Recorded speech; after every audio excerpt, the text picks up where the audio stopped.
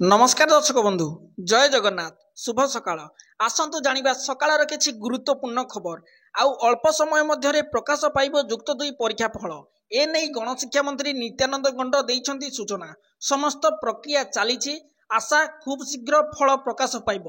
प्रकाश थाउ कि एप्रिल 2 तारिखरु खाता देखा आरंभ होइतिला प्राथमिक पर्याय रे 8000 शिक्षक शिक्षयित्री को खाता देखा पई नियुक्ति करा जाइतिला मे 15 तारिख सुधा सठिक समय रे परीक्षा फल बाहरिबा नै लक्ष्य रखा जाइतिला आज 16 तारिख होइतिबा बेले खूब शीघ्र रिजल्ट बाहरिबो बोली होइछन्ती गणशिक्षा मंत्री चलित वर्ष युक्त दुई परीक्षा देवा पई 3,64,527 जन रेगुलर छात्र छात्री आवेदन करथिले सेमानक मध्यरु कलार 2,29,604 जन होइथिबा बेले